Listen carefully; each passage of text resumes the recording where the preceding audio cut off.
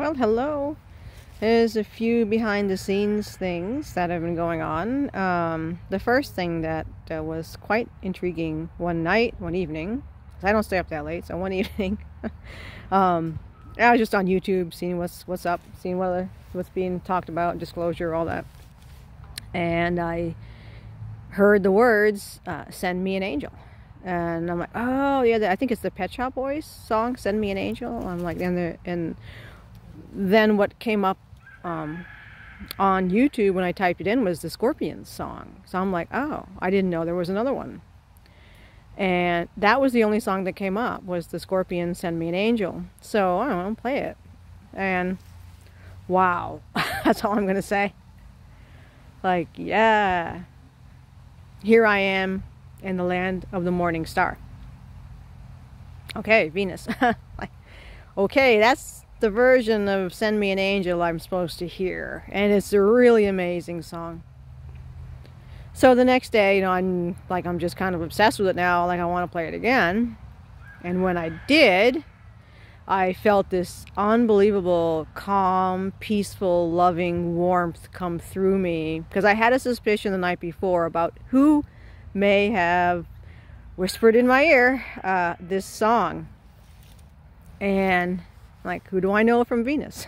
So, yeah, then next day when I was playing it again, I'm thinking about it, it's just one of those songs you can't get out of your head, and it's just so amazing. Like, its spiritual value is like, wow, so I played it again, and all of a sudden I'm like, yeah, there's this warmth feeling of love and just wow. And it's Val. So this song was sent to me by Val Thor. And every time he comes through, that energy is just like, he makes you want to cry. It's just so beautiful. It's so loving. And that was one thing. And then this morning, Ika and I have a song. Well, you have a couple songs. Guns N' Roses is one of them, and then also one from Metallica.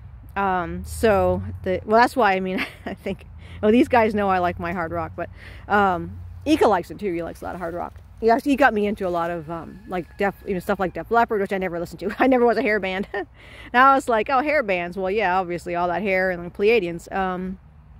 So Def Leppard, he likes them, so we've been playing them. Bring You On the Heartbreak is the song that he picked. But our song is Metallica.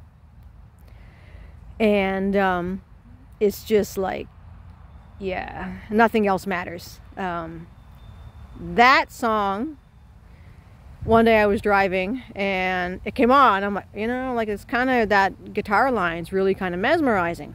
So I started listening to it. And it's so close no matter how far. And I'm like, oh wow, okay, this song is meant to be, I'm meant to hear this song.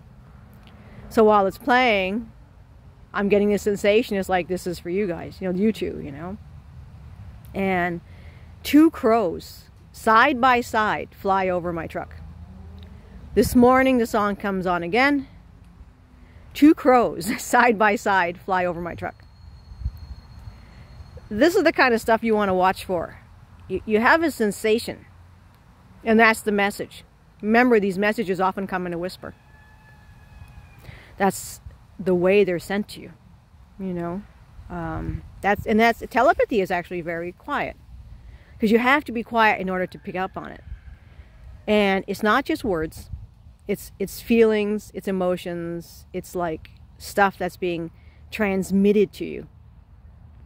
But one of the reasons I'm on here today, again, is that I was watching some of those podcasts. One was from The Far Site, and then one today from a great channel called it's called Skeptic, and it's actually a really good channel. It's not about jerks who are trying to fake things. This is like the real deal. I'm gonna do a separate I want to do a separate thing on it because it's so good.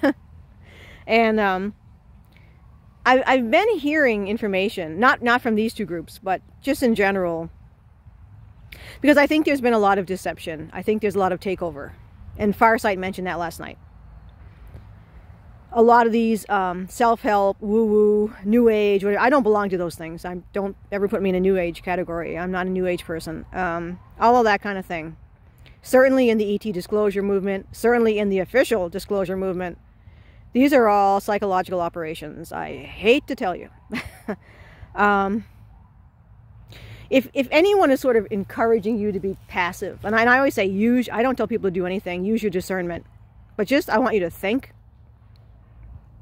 That if you got the sensation that these people are kind of taking away your power, that they're kind of telling you how to think or why to think a certain way, that they're telling you to be passive, that they're telling you to not fight back, that fighting is wrong. And, you know, honestly, folks, if you're over 5 years old, sure, no one wants violence. No one wants to see that stuff. You're not the one doing it. You know, you have to defend yourself. You have to have boundaries. And, you know, I want to talk about concepts like good and evil just briefly because, you know, let's face it, guys, you know, we're all out of diapers here, you know. So good and evil is real. Is real.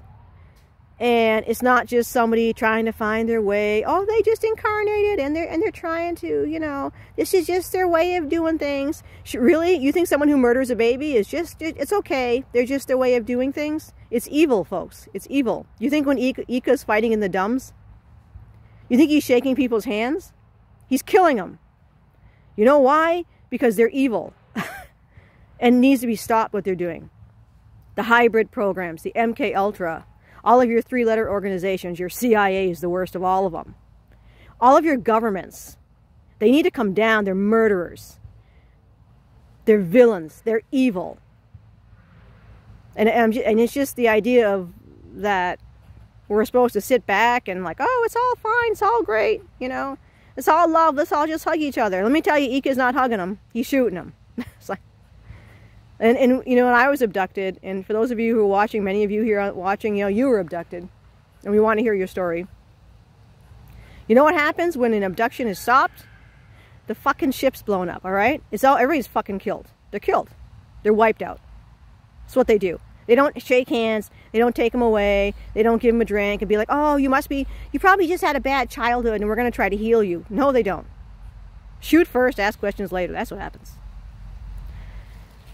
It was about, several months ago, I was taken up and shown 3 Pleiadian battleships, because I work primarily with the Pleiadians more than anybody else.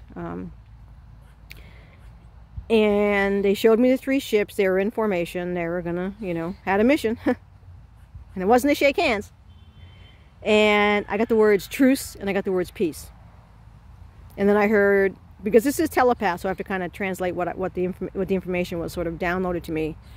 It'll be a clean and decisive removal of the regressives. And then I was shown an image of a sword floating before 2 children. And the children were almost like warrior type children, wearing like Greek clothes and standing there very, very determined, looking up at the sword. And then I heard, innocence reborn, the sword of justice. And then they said, death, not to the children, but death to the, you know, regressives. I think they were reptilians. Not all reptilians are bad, folks. These are the bad ones. That's the thing. And there was one mistake they made, I think, on Farsight. I don't like to tell people make mistakes. I'm not judging, just observing. Some reptilians, the Draco, your Alpha Dacronus, you know, there are some bad reptilians. There's a heck of a lot more good ones. You have to be discerning. But these are the bad ones. And then they said death, because they have chosen it. They're fighting to the death.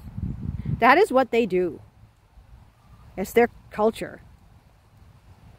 Death because they have chosen it. A swift and clean death. It will be emotionless.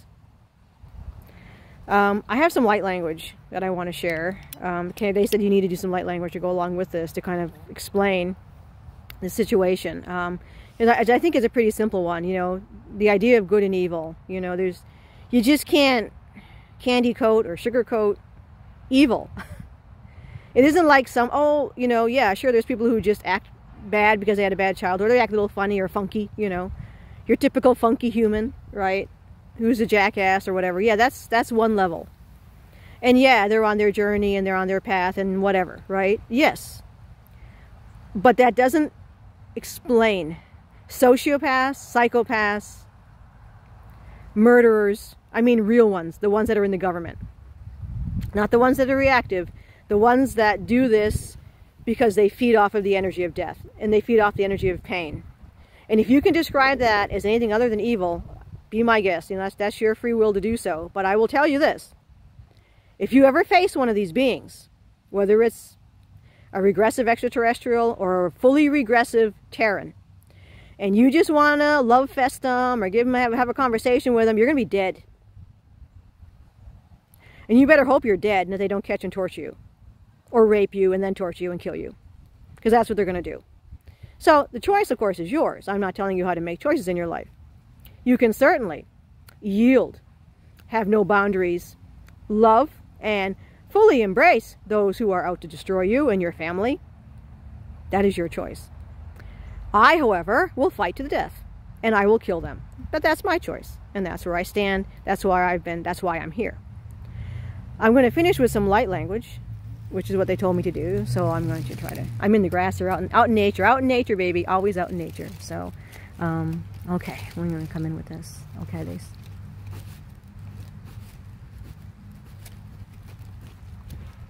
My Merkaba is flying.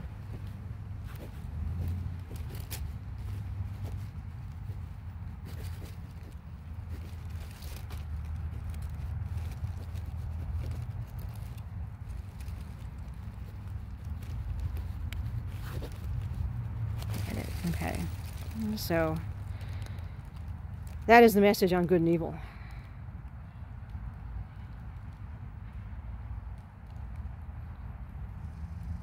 As we bring the balance back to peace on this planet.